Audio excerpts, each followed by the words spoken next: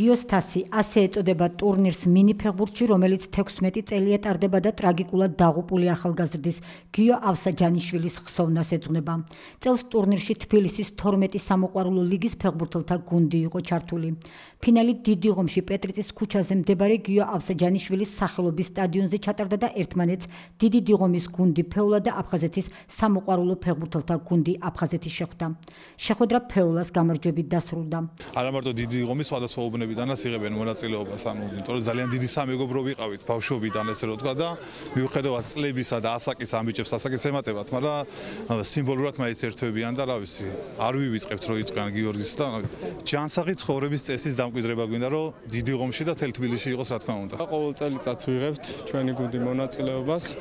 უმნიშვნელოვანესია ჩვენთვის თითოეული თამაში, მით უმეტეს გამარჯვება. მადლობას გადავუხდი ყველა იმ ადამიანს, ვინც მონაწილეობას იღებდა ამ ტურნირში და მადლობა ჩემ ბიჭებს, რომელმაც ამხელა გამარჯვება მომაპოვებინეს. საფეხბურთო გუნდ აფხაზეთის წევრები მიუხედავად მეორე ადგილისა ტურნირში მონაწილეობით კმაყოფილები არიან.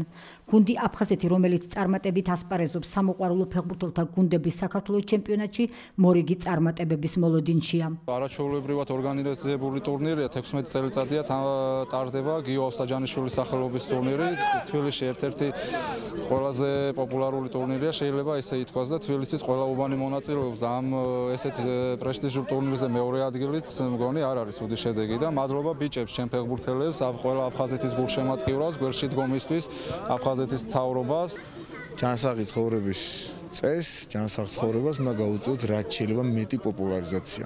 აფხაზეთის გუნდი რომ ფინალისტია და ესე სერიოზულ წარმატებებს აღწევს ასეთ ტურნირებში არის უკვე ძალიან მისასალმებელი და უსურვებ ყველა სფეროში წარმატებას თითოეულ მათგანს. მატჩის დამთავრების შემდეგ ახალგაზრდა ფეხბურთელები თასითა და სიგელებით დააჯილდოვეს.